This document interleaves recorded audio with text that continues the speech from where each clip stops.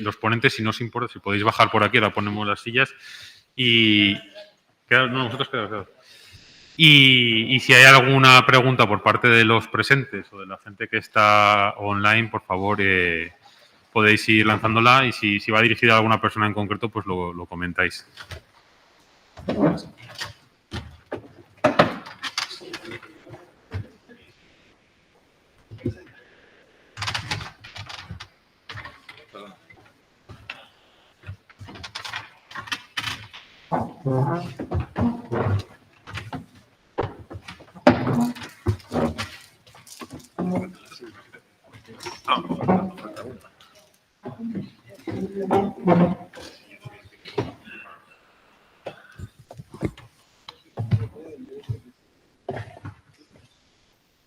Bueno, yo, más que alguna pregunta, a mí me gustaría hacer una valoración de lo que ha supuesto esta mesa de la mañana, porque me ha parecido una mesa, pues, la verdad es que muy interesante y bastante importante, y me han sugerido muchas reflexiones.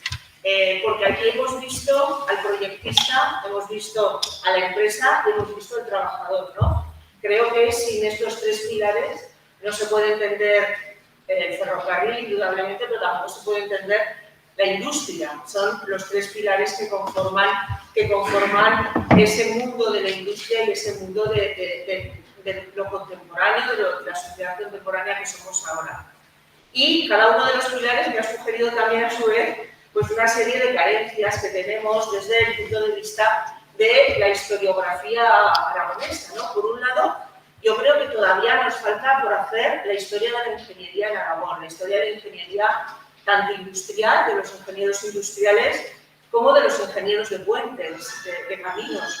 Tenemos algunas biografías, pero son muy pocas. Tenemos algún panorama general, pero realmente no recogen toda la variedad, los nombres propios, ¿no? Yo creo que es muy interesante y deberíamos hacerlo, sacar a la luz a esos ingenieros que muchos trabajan en el ámbito de la empresa, silenciados, ¿no? Porque lo que importa es la marca de la empresa. Trabajan en el ámbito de la administración, también pues, de una manera discreta y en un segundo plano, y no los conocemos. Parece que no pase nada, no pasa, o sea, conocemos algunos, indudablemente, pero no conocemos realmente esos personajes tan interesantes que fueron protagonistas de ese siglo XIX, que en algunos casos también tuvieron un aire muy aventurero, ¿no? Eran como los aventureros de este siglo XIX. Y luego también, al carecer de esas biografías de los ingenieros actuales o de una generación anterior a la vuestra, tampoco somos conscientes de cómo ha ido cambiando la propia ingeniería, ¿no?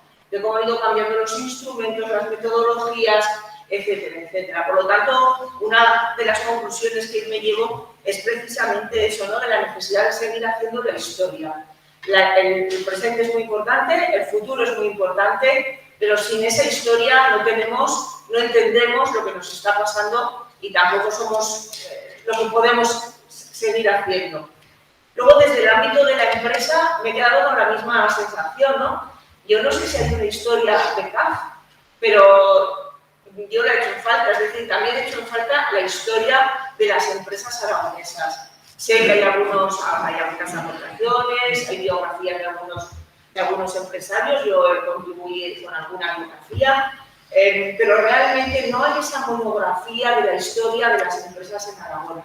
Cámara de Comercio empezó a hacer alguna cosa, pero a través de la cátedra Castillo Paraíso, pero yo creo que se podría hacer mucho más, ¿no? Para dar a conocer todo ese tejido empresarial que nos ha hecho ser lo que hoy somos, ¿no? Y CAF sería un ejemplo de la necesidad de historiar una empresa. Además, una empresa ejemplar porque ha sabido conservar su archivo. Esta tarde tendremos una intervención sobre los archivos ferroviarios y la importancia de los archivos de las empresas. Yo entiendo que cuando se cierra una empresa es lo primero que se tira, pues porque quieres olvidarte de todo, pero es que es tan importante saber qué había detrás de esa empresa, saber cómo se trabajaba, cómo fue, qué pasaba en esa empresa, tanto lo técnico como lo humano, ¿no? El material.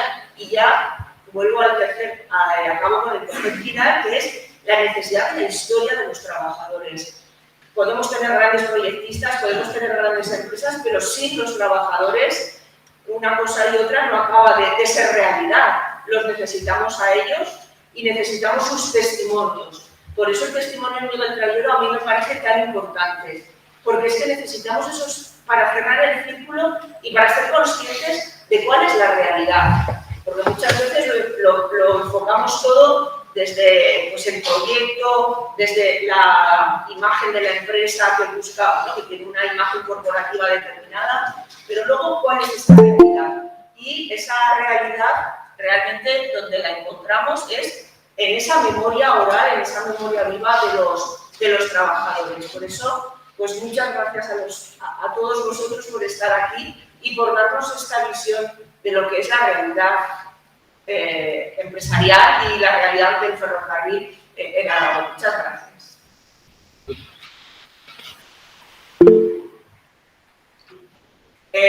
Si hay alguien que quiera ver el público, Apudepa, ¿puedes activarte el micro y hablar, por favor? Sí. Felicitar a todos por, en fin, esas exposiciones magníficas que realmente nos han dado luz, ¿no? Sobre algo que ya acaba de comentar. Hace falta que llegue a la población en general. El conocimiento, efectivamente, necesita esa exposición a través de las publicaciones y luego por líneas más sencillas que llegue a la población, precisamente para ser conscientes y que se preserven todos aquellos elementos materiales e inmateriales que nos hacen falta para un futuro mejor. Desde esa perspectiva, yo me quería dirigir al primero de los ponentes en relación con esos puentes ferroviarios históricos, cuando él ha hecho referencia al final a la conservación del patrimonio y ha hablado en esa línea de puentes singulares, aquellos que añaden algo. Nosotros desde Apudepa, desde la protección del patrimonio y desde en general todo lo que es la normativa, entendemos que también la antigüedad y digamos el nivel de la autenticidad, antigüedad y autenticidad, y también incluso le podemos añadir lo que es la identidad colectiva, que hoy se suma a todo esto, de la propia sociedad que valora estos elementos en el territorio, que todos tenemos que tenerlo en cuenta a la hora de las catalogaciones, que prosperen y en definitiva tengamos pues esa seguridad en las catalogaciones que no están hechas y que deberían de estar hechas. Tendría que haber una colaboración más directa entre los estudiosos, los ejecutivos, industriales y la sociedad para llegar a acuerdos de protección y que no se nos vaya de las manos. Me ha parecido también interesantísima la exposición a través del equipo de Manterola, bueno, el puente de Ostera, claro, son instituciones tan importantes que no conocemos pues, en una perspectiva, digamos, desde la población en general. Y desde luego la memoria del trabajador, del último exponente, pues es impresionante, porque los que somos de una generación ya mayor, hemos vivido un cambio tan grande que bueno, ahí lo tenemos reflejado, es la memoria obrera que indudablemente debemos de preservar. Y acá me ha parecido, como ha dicho la responsabilidad, magnífico la entrega de la documentación al archivo, digamos, del gobierno de Zaragoza, pero sumando a lo grande, vamos a ver ustedes cuáles son los creadores, prototipos, de trenes, bueno, de todo tipo de máquinas que también nos han enseñado. Ustedes conservan ese modelo, esas unidades, como para un futuro museo de esa capacidad tecnológica y creativa. ¿Habría posibilidad de cara al futuro de crear esos grandes espacios positivos? Claro, porque las máquinas lo requieren. En fin, dejo planteado todo esto y si me pueden responder, por favor, el primer ponente y en relación con lo que acabo de plantear. Muchas gracias. Pues la verdad se ha entendido poco. Si puede, por favor, repetir las preguntas concretas, si es que las hay, que creo que sí. Sí. Tanto para el compañero de CAF como para mí, por favor, se lo agradecería porque se ha entendido muy poco o nada. ¿Se ha entendido? ¿Se entiende mal? Sí, hasta ahora sí, ahora un poco mejor, pero por favor, repita las preguntas concretas. En definitiva, la conveniencia, a ver, su criterio sobre lo que él ha planteado de, digamos, novedad tecnológica como elemento de catalogación del patrimonio. Nosotros comentamos que en la legislación de patrimonio industrial la autenticidad y la antigüedad son valores del patrimonio. Y a eso hay que añadirle también lo identitario, lo que identifica a la sociedad como patrimonio. Es decir, sí podríamos llegar a elementos de acuerdo entre los ingenieros, los estudiosos y la sociedad para catalogar parte de ese patrimonio como un referente del presente y proyección del futuro. Esa es la pregunta para el primer ponente. ¿Se me ha entendido? Sí, ahora se ha entendido perfectamente, sí. Y la pregunta era para CAF si, además del archivo documental, tienen otro, digamos, campo expositivo de las máquinas que han creado ustedes y, por consiguiente, si no lo tuviesen, si habría una posibilidad de cara al presente o al futuro inmediato de crear ese gran museo de la tecnología que ustedes han incorporado en estos 100 y pico largos de años, para que no nos pase como siempre de quedarnos sin esa representación tan importante en la imagen de Aragón que ustedes están proyectando mundialmente. Muchas gracias. Gracias. Pues, bueno, por lo que a mí respecta de los puentes de la red convencional existentes, pues sí que estaría de acuerdo y estoy de acuerdo en que la connotación de innovación tecnológica pues formase parte de los criterios para una posible catalogación. Más allá, por supuesto, también igualmente de valor artístico o histórico o integración en el entorno que se puedan dar, ¿no? El problema, la cuestión es que como innovación tecnológica, dentro de los puentes que hay en Aragón, salvo efectivamente el de Antonio, el de Osera, que es un puente totalmente singular y yo creo que no hay otro en España. Y en el mundo no lo sé. Realmente nuestros puentes metálicos no llego a ver ninguno que sea defendible por este aspecto. Ustedes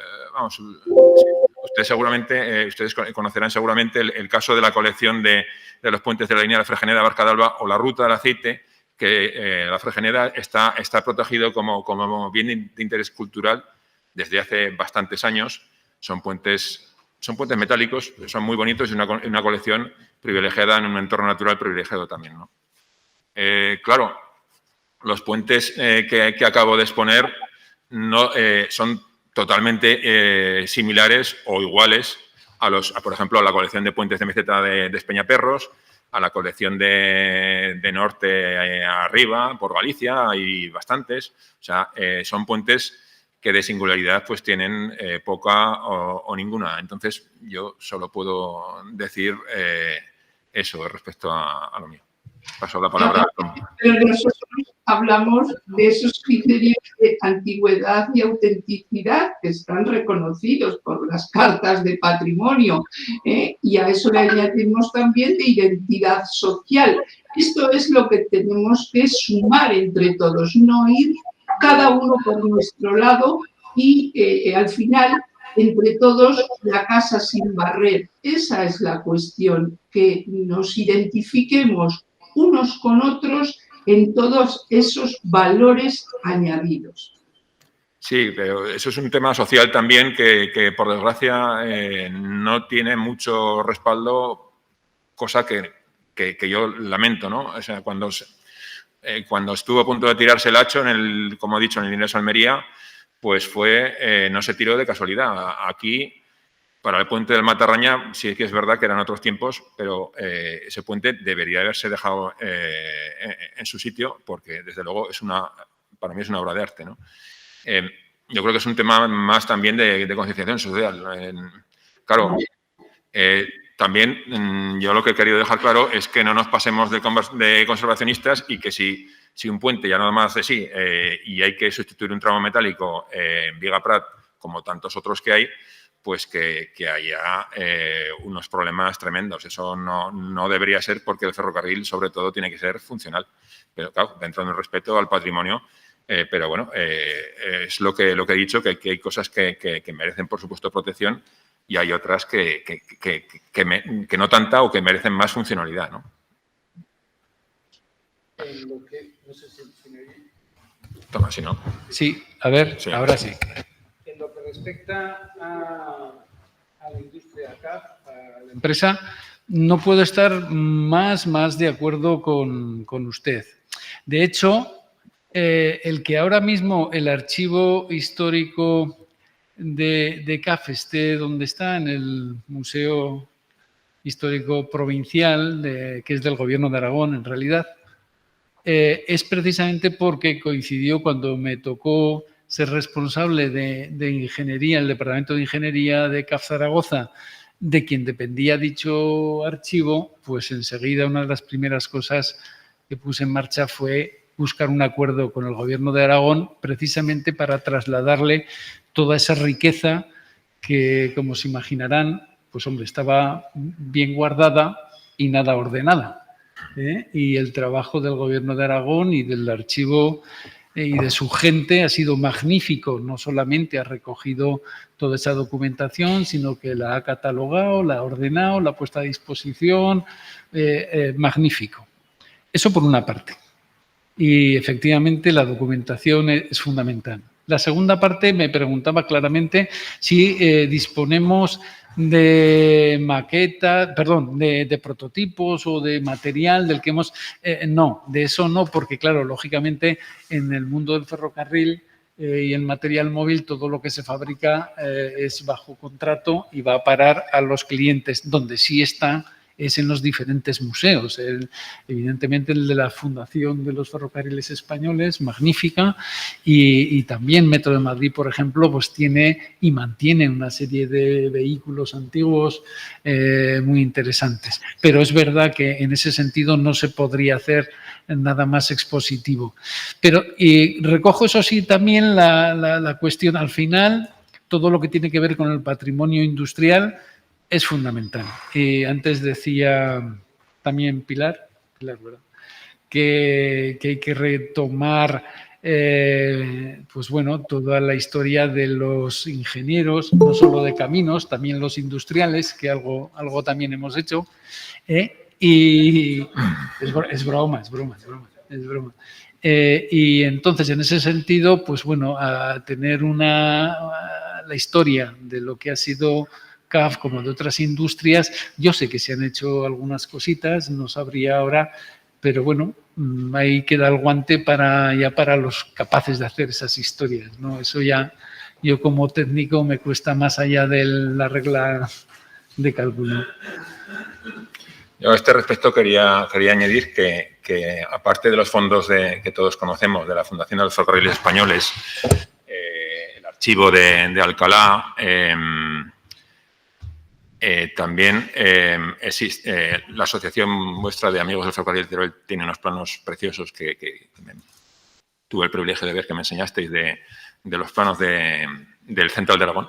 Hay otra fuente que es la Maquinista Terrestre y Marítima, que hizo curiosamente, no solo construía, no era competencia vuestra, en parte construyó locomotoras y tal. Creo que la primera montaña la construyeron ellos. También construyó puentes y entre ellos los puentes originales del Canfrán. Y ellos tienen la documentación de esos puentes. Pero permítanme que les diga una cosa. Vamos a ver. Nosotros llevamos 25 años haciendo seguimiento del patrimonio a través de APUDEP, y somos de utilidad pública. En fin, algo vamos aportando.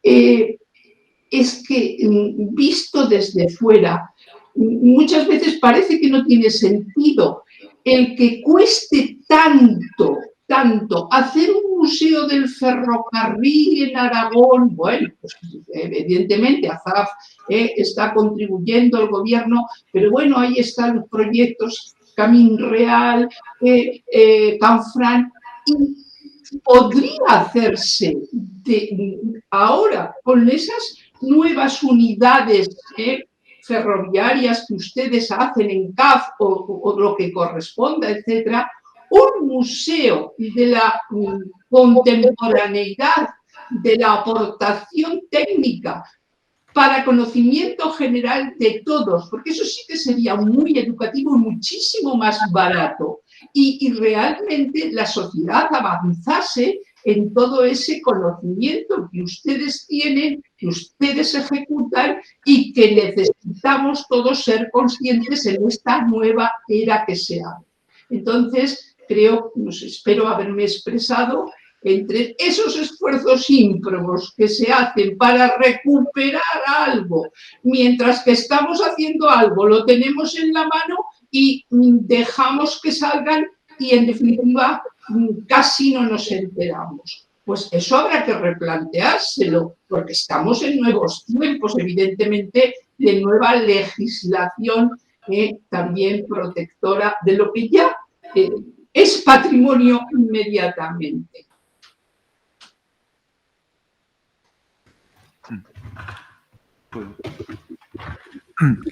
Sí, bueno, aquí sobre todo por comentar un poco, bueno, al final estamos aquí prácticamente todos técnicos, eso es un tema también muy relacionado pues eso, con las administraciones, sobre todo al final, que es un tema, pues como comentas, de beneficio social, público, histórico. Y bueno, yo creo que aquí los ponentes ya han expresado un poco su opinión. Es cierto que hay mucho material y muchas estructuras, infraestructuras que pueden tener cierto simbolismo o originales en cierto modo que pueden requerir algún tipo de protección, y hay otras pues que igual tienen menos sentido o que pueden entorpecer el desarrollo, ¿no? Entonces, bueno, no sé si en este foro realmente podemos decir mucho más. Entonces, si no os importa, pues pasamos a otra serie de preguntas o reflexiones que se puedan dar entre los ponentes. ¿Alguien más quiere decir o preguntar alguna? Sí. Está muy bien el desarrollo de ingeniería, el desarrollo de las plataformas hacia el tren, hacia los pasajeros y demás. ¿Piensa que habría que llegar a potenciar un poquito más transporte de mercancías por toda la integración con más del territorio de lo que se ha hecho hasta ahora?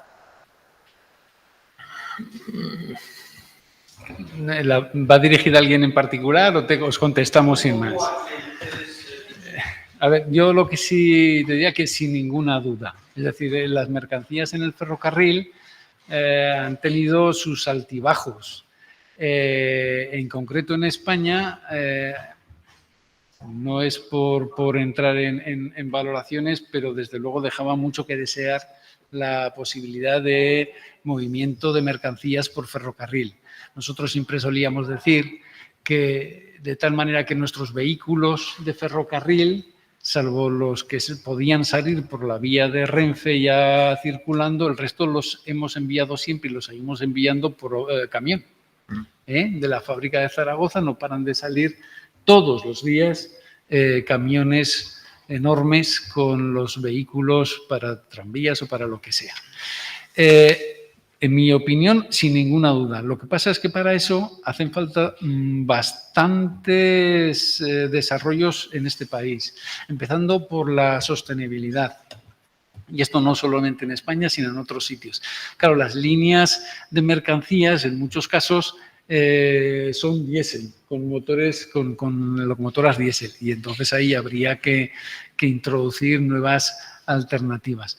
Y sobre todo, la conectividad, la conexión y la última milla, porque claro, salvo los ferrocarriles, ayer se mencionó que puede ir de la SEAT al puerto y eso es perfecto y ahí da buen resultado. En el resto de los casos, si resulta que necesitas un envío por camión, no sé cuántos kilómetros para llegar a la terminal, allí utilizar el ferrocarril llega hasta otra terminal, vuelve otra vez, pues eso para mercancías grandes es complicado. Yo creo que ahí hay mucho por hacer. Es decir, intentando contestarle de acuerdo, no es mi tema, por decirlo de alguna manera en concreto, pero creo que hay bastante que hacer. Hombre, puestos a pensar en mercancías, incluso hay algo que se menciona de vez en cuando en los últimos tiempos, no sé cuánto de realidad tendrá, son las famosas autopistas ferroviarias, que habréis oído hablar algunos, ¿no? Bueno, pues eso sería maravilloso, pero bueno, no sé hasta qué punto... Vamos a ver, desde el punto, bueno, al hilo de lo que comentas, el diésel, o sea, no hay que denostarlo tampoco. El diésel no es la causa de que las mercancías no funcionen, porque ahora hay muchas compañías ferroviarias, o sea, Logitren, Captrain, que están llevando todo por diésel en líneas electrificadas. O sea, el diésel da mucha más autonomía y ahora las locomotoras, la 335, desarrollos así. O sea, ese no es el problema. Para mí el problema es la gran cantidad, o sea, el fabuloso poder que tiene el camión en España. O sea, los puestos de trabajo que genera y el poder que tiene. Entonces, quitarle cuota de mercado al camión es muy difícil. De hecho, nosotros aquí tenemos el ejemplo, todos conocéis el maicero. Pues el maíz ahora baja en camión. Cuando hasta hace poco ha bajado en tren, pues no se ponen de acuerdo con el coste, no sé qué. Ha habido una empresa, lo ha cogido otra, jolín, y un tráfico que tiene el Canfranc, estamos a punto de perderlo si no lo hemos perdido. Y es un tráfico típico de tren como el maíz. Al hilo de esto, por supuesto, habría que, o sea, es evidente que hay que fomentar el transporte de mercancías. Nosotros, para un trabajo del Gobierno de Aragón, fuimos a Suiza y en Suiza, mientras aquí la cuota de transporte es del 2% o el 3%, creo que es más el 2 que el 3%, en Suiza era el 20 y tantos %. Pero ahí hay una conciencia de país y de respeto al medio ambiente, de manera que se penaliza muchísimo al camión. Los camiones no pueden pasar por los túneles alpinos, salvo que paguen unos derechos. Y esos derechos... Bueno, o pagas los derechos de paso por los túneles o te montas en el tren encima en las autopistas ferroviarias, ¿no? En las góndolas que pasan los túneles de Losler, San Gotardo y otros, Teneri. Entonces, es el camión el que está pagando las obras, por ejemplo, del túnel de San Gotardo, el gran túnel de 50 kilómetros que se acaba de inaugurar. O sea, el camión es el que está pagando el tren. Aquí veríamos si, por ejemplo, se dijera, bueno, vamos a subir el diésel 15 céntimos para fomentar el transporte ferroviario.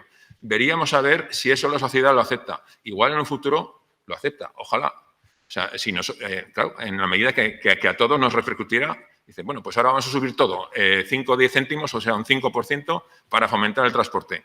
Veríamos a ver la gente cómo rechinaba, ¿no? Eso es un tema de concienciación social también, ¿no? Porque todo es muy bonito hasta que nos toca el bolsillo. Y eso es así. Respecto a la autopista ferroviaria, para terminar, sí que es verdad que se le ha dado un impulso tremendo este último año. Adif acaba de sacar un pliego para estudiarlo y con el compromiso, creo, que hacia el 2024-2025 esté en funcionamiento. O sea, que eso va a ser una realidad. Yo no soy de Adif, pero vamos, como trabajo para Adif, pues me molesto en mirar pliegos y demás y un poco conozco cómo van estas cosas.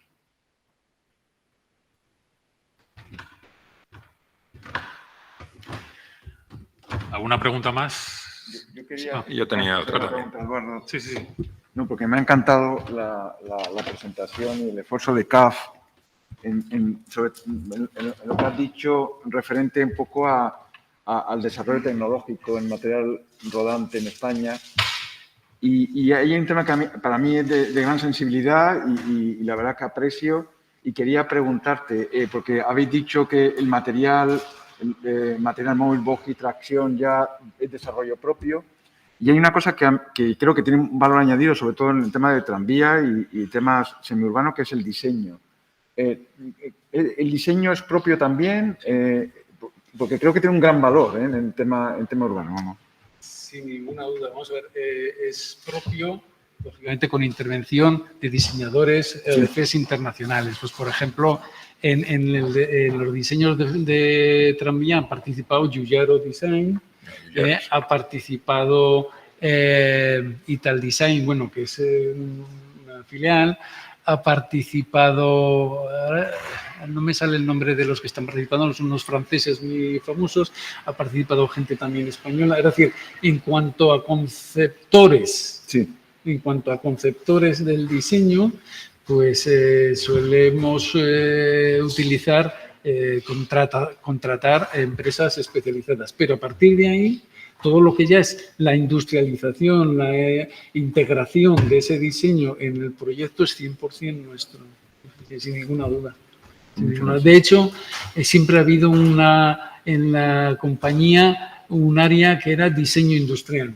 Gente, incluso algunos eran catedráticos, algún catedrático ha habido de la Escuela de Madrid, que aportaba su criterio, aunque termináramos casi siempre contratando a conceptores, por decirlo de alguna manera, como Giugiaro u otra gente. Pero fundamental, sin ningún género de dudas. Sí. Yo tenía otra pregunta, es un privilegio tener al compañero de CAF. Quería, bueno, aunque he hablado del pasado, quería preguntar por el futuro y sobre la última diapositiva sobre el hidrógeno en concreto, ¿no? Parece que el hidrógeno es el futuro, pero por otra parte yo creo que no se lo está creyendo nadie. Entonces, vamos a ver, o sea, está claro, hay un proyecto con hidrógeno para el 2022, que ponen un tren y demás. Bueno, vamos a ver, si el hidrógeno es el futuro, ¿qué estamos haciendo electrificando líneas? O sea, ahora vamos a hacer lo que no se sabe para electrificar el Zaragoza-Valencia. Seguramente hay que rebajar rasante en los túneles, que son unas obras horribles. Hay que demoler pasos superiores, o sea, por temas de gálido. Y luego electrificar. Hay que tener líneas nuevas, hacer subestaciones. O sea, la que estamos montando para electrificar el Zaragoza-Valencia y que luego digan, no, que es que el futuro es el hidrógeno, que en 7 años tenemos un tren. Vamos a ver, cuando se hace una inversión tal y una actuación tal como la electrificación de cualquier línea, por ejemplo, del Zaragoza-Valencia, eso habría que hacerlo con una vista de por lo menos de 30 años. O sea, y el Canfrán también estamos hablando, ¿no? Es que el Canfrán hay que electrificarlo. Ojo, seguramente lo que hay que hacer para electrificar el Canfrán. Entonces, si es verdad que el hidrógeno va a funcionar, si es verdad, y ojalá sea verdad, y eso es lo que quiero preguntar, si es verdad que va a funcionar, entonces alguien tendría que levantar la mano, porque en la diapositiva estaba Adif también. Estaba Adif. Entonces yo no sé si Adif no se cree esto del hidrógeno o es que dice, bueno, esto queda bien como I+D, pero bueno, esto a saber cómo termina. Entonces, eso es lo que quiero. ¿Qué hay de cierto en esto del hidrógeno? Casi nada, ¿me oís? ¿Sí? Casi nada la pregunta que me haces. Tocaba decir aquello de me alegra que me haga usted esta pregunta. Lo que no sé es cómo te va a contestar. Y llevo muchos años trabajando con el hidrógeno. A ver, aquí lo que ha pasado, para que nos entendamos, es que una tecnología, la del hidrógeno, que siempre ha prometido, pero nunca ha madurado suficientemente, sobre todo desde que en el 2007 las baterías se dispararon como un tiro, y de repente todas las iniciativas de hidrógeno que hasta el 2007 iban creciendo muy fuertemente se quedaron prácticamente paralizadas, hasta tal punto que un congreso anual que se solía hacer y que estaba previsto ese año 2007, creo, la cifra, el año más o menos no me acuerdo, en Estados Unidos tuvo que suspenderse porque de repente a nadie le interesaba el hidrógeno. ¿Qué ha ocurrido? Que pasado un tiempo las baterías pues se ha visto que llegan hasta donde llegan y que, por ejemplo, en transportes pesados, y aterrizamos aquí, sea ferrocarril, sea avión, sea barco, sean camiones, las baterías tienen mucha limitación. La autonomía que te da y con el peso que supone tiene mucha limitación. Entonces, ahora se ha recuperado enormemente el interés por el hidrógeno. Fundamentalmente porque ya se habla de hidrógeno verde. Hasta ahora el hidrógeno era gris y entonces pues no servía para el propósito que queríamos. Ahora que el hidrógeno puede ser verde, entonces, claro, es un vector energético estupendo para lo que es la reducción de las emisiones CO2. Y aquí y en ese punto viene todo el interés de la Unión Europea, de la Comunidad Europea y de España por relanzar como sea el hidrógeno, como un vector muy importante para la reducción de la huella de carbono. ¿Vale? Eso está aquí. ¿Qué pasa en el ferrocarril? En el ferrocarril, salvo Alstom, que es verdad que apostó hace ya años y lo hizo bien en adelantar su desarrollo, nadie dábamos ni medio duro por el hidrógeno en el ferrocarril. Ahora, lo he dicho antes, como hay dinero, pues ya a todos nos interesa.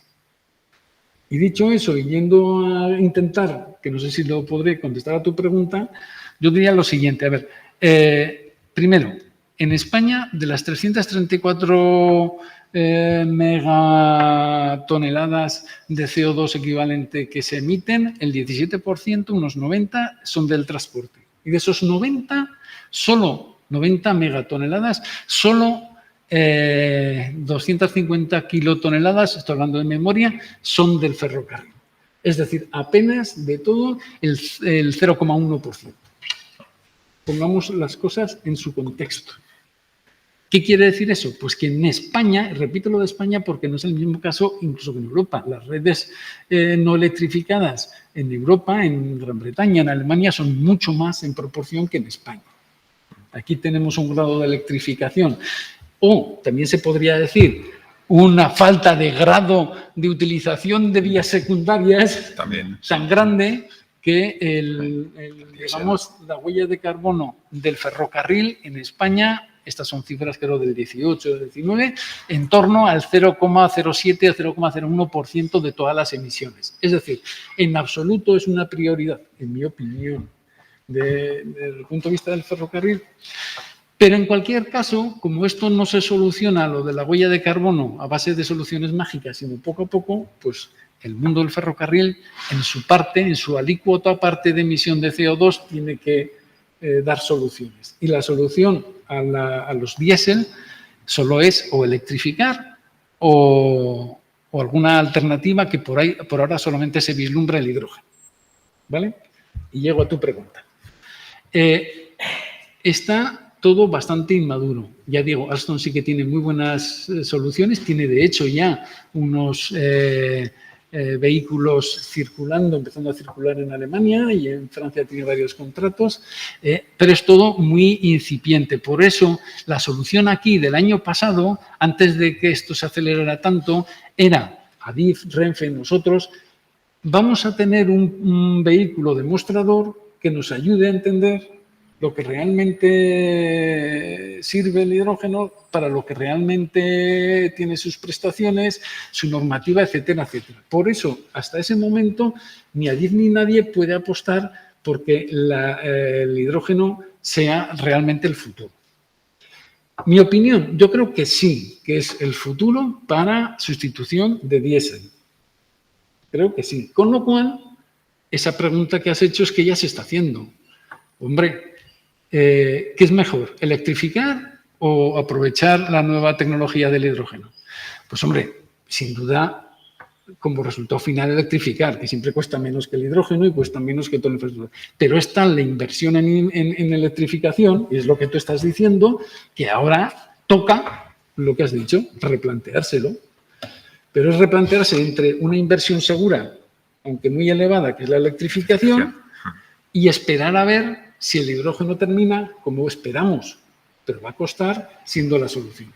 Porque en nuestra opinión, el hidrógeno hoy, como solución para el ferrocarril, es caro, de vida limitada y no sabemos si muy eficiente. Esa es la pura realidad y hay que decirlo, pero es que es lo propio de una solución tecnológica muy poco desarrollada y estamos convencidísimos, igual que nosotros, yo creo que en toda Europa, que con los desarrollos y con la puesta en marcha se reducirán costes, porque ahora mismo cuesta lo que no existe, se reducirán costes, se aumentará fiabilidad y se aumentará disponibilidad y vida. Por eso yo creo, en mi opinión, que sí que es futuro, pero no tan inmediato. Con lo cual, los señores que tengan que decidir si electrificar o esperar a ver el hidrógeno, pues no querría estar en su pellejo.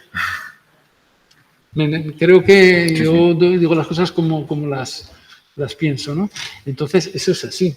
A mí, hombre, la verdad es que electrificar es tan costoso y puede producir tanto problema que, por ejemplo, yo en el Canfranc esperaría. De hecho, es lo que proponen los franceses, esperar. Claro, los franceses además tienen más interés porque tanto una empresa francesa, que además está muy introducida aquí, de generación de hidrógeno, como Alstom, están muy interesados, igual que nosotros. Yo en el caso de, por ejemplo, si me preguntaras, en el caso del Canfranc, antes de meterme a electrificar Canfranc, esperaría, porque si pudiera realmente tener unos trenes de hidrógeno 100% limpios, pues no entraría. En el caso de Valencia, pues igual, Zaragoza-Valencia, pues igual también, pero lo que pasa es que ahí el tráfico, claro, es otra cosa, ¿no? Sí, es mucho mayor, Yo sobre ya todo no mercancías, sabría. está claro. Y luego, por ejemplo, ahí hay mucha mercancía. Y volviendo a lo que comentábamos antes, claro, las locomotoras de hidrógeno todavía no están en la cartera de Futurini. Que no digo que no lo vayan a estar, ni mucho menos, pero quiero decir que no es lo más inmediato. Ahora el hidrógeno está en autobuses. Nosotros tenemos más de 140 unidades de autobús de hidrógeno funcionando por toda Europa, en nuestra filial de Solanis. Quiero decir que el hidrógeno es solución, sí. Hoy para el ferrocarril, inmadura, cara y que tiene que desarrollarse y hay que darle tiempo. Y la gente, por ejemplo, de Renfe, pues claro, tiene el dilema. Tampoco querría estar en su pellejo en que, por una parte, por la opción del país de sacar adelante un plan del hidrógeno, etcétera, etcétera, introducir en sus trenes la solución de hidrógeno y, por otra, pues la de que nos pasaría a todos de saber que eso es novedoso, que no sabemos todavía bien todas las seguridades que hay que tener en cuenta, todas las soluciones de suministro y lo mismo ADIF. Por eso, insisto, teníamos tantísimo interés en este prototipo que se va a hacer aquí, porque lo que pretendía era ayudar a crear toda esa know-how sobre cómo se maneja, cómo se suministra, cómo se... ¿Me explico? Pero lo que pasa es que la gente tenemos prisa.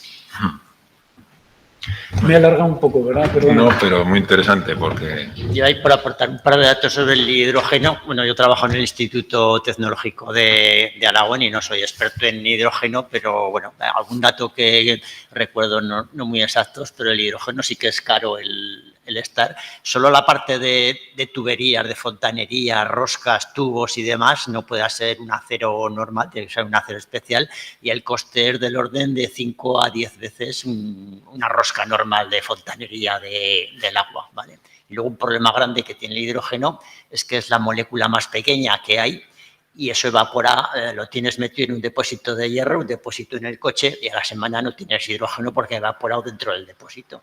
Con lo cual, pues tiene un problema. Evidentemente, en cosas como transporte, ¿no?, que utilizas cada día, no es un problema, pero en un coche particular... Sí. No, ese comentario, perdona, Miguel, sí, tiene mucha más importancia en lo que es automoción. En sistemas como el ferrocarril y demás, no porque ni ese incremento de coste de ese material es significativo, es suficientemente significativo, si es caro es por las pilas de hidrógeno, es por el propio hidrógeno que es caro, etcétera, etcétera. Y luego, efectivamente, los depósitos son muy especiales, son a 350 bares, la realidad podría ser incluso a 700 bares, ahora los que vamos a poner son de 350 y eso tiene ese problema. Pero para vehículo tan pesado como el ferrocarril, eso no sería el mayor de los problemas.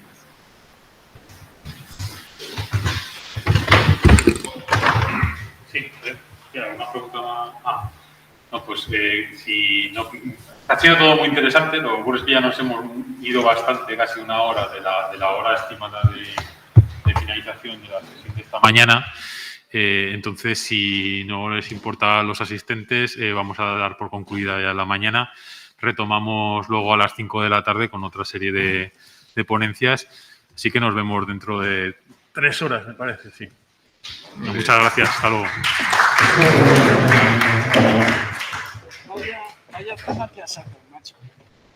Pues es que yo como no conozco a nadie de... Pero es que es... lo que cuesta electrificar una línea y luego dice... Hay gente que dice, no. Y ahora, cuando llevan reclamando la electrificación, que vamos a esperar a ver qué pasa con el hidrógeno. Hace un año, hace apenas ahora un año, si esta pregunta me hubiera dicho, electrificar, olvídate. O sea, lo que está pasando es que hay que apostar muy fuerte por la descarbonización y entre los factores que se están utilizando está el hidrógeno, no solo para el transporte, porque para las industrias químicas se está teniendo mucho hidrógeno. Pero claro, le pasa lo mismo, sin que no haya más consumo de hidrógeno y más utilización de hidrógeno, no va a crecer. No va a crecer la... Entonces,